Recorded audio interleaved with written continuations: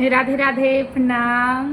मैं आशा करती हूँ आप लोग जहाँ हैं स्वस्थ होंगे, मस्त होंगे, अपने कामों में व्यस्त होंगे और मेरा गाना सुन के आप लोग एंजॉय करिएगा।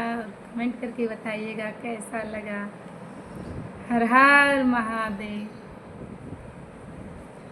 के करे घरे हो मिहोले बाजे बधैया, के करे घरे हो मिहोले बाजे बधैया, के करे घरे हो मिहोले बाजे बधैया। हमरे सत्य में रमा कुलवा के नायक, हमरे सत्य में रम कुलवा के नायक, ऊ नहीं घरे हो मिहोले बाजे बधैया, ऊ नहीं घरे हो मिहोले बाजे बधैया, ऊ नहीं घरे हो मिहोले बाजे बधैया, के करे घरे हो मिहोले बाजे बधैया, के करे घरे हो मिहोले बाजे बधैया।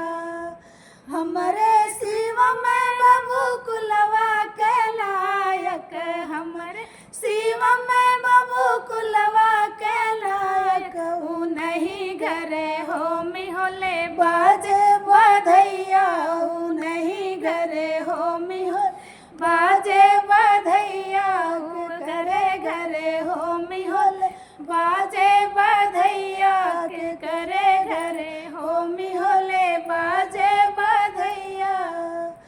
हमरे निखिल बाबू कुलवा के नायक, हमरे निखिल बाबू कुलवा के नायक, ऊ नहीं घरे हो मिहोले बाजे बधैया, ऊ नहीं घरे हो मिहोले बाजे बधैया, ऊ नरे घरे हो मिहोले बाजे बधैया।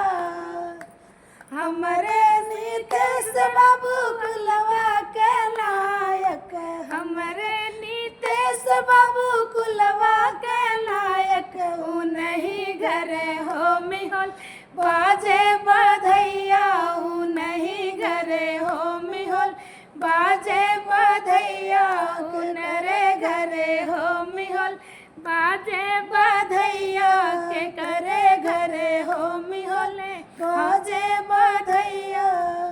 हमरे बोलिंदर बाबू कुलवा के नायक, हमरे बोलिंदर बाबू कुलवा के नायक, ऊ नहीं घरे हो मिहोले बाजे बधैया, ऊ नहीं घरे हो मिहोले बाजे बधैया, ऊ नहीं घरे हो मिहोले बाजे बधैया, के करे घरे हो मिहोले बाजे बधैया, के करे घरे हो मिहोले बाजे बधैया, के करे घरे हो मिहोले।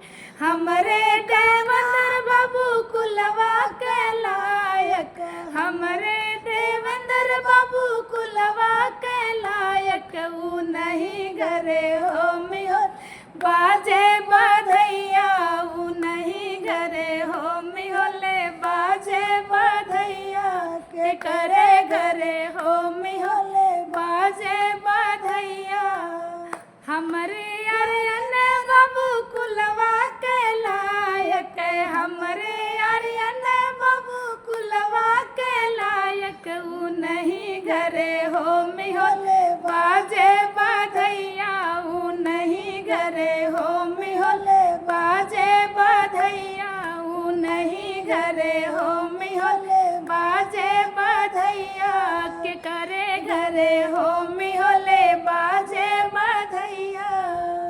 हमरे आकाश बाबू कुलवा के लायक, हमरे आकाश बाबू कुलवा के लायक, ऊ नहीं घरे हो मिहोले बाजे बधैया, ऊ नहीं घरे हो मिहोले बाजे बधैया, ऊ नहीं घरे हो मिहोले बाजे बधैया, के घरे घरे हो मिहोले बाजे बधैया, के करे घरे हो मिहोले बाजे बधैया, के करे घरे हो मिहोले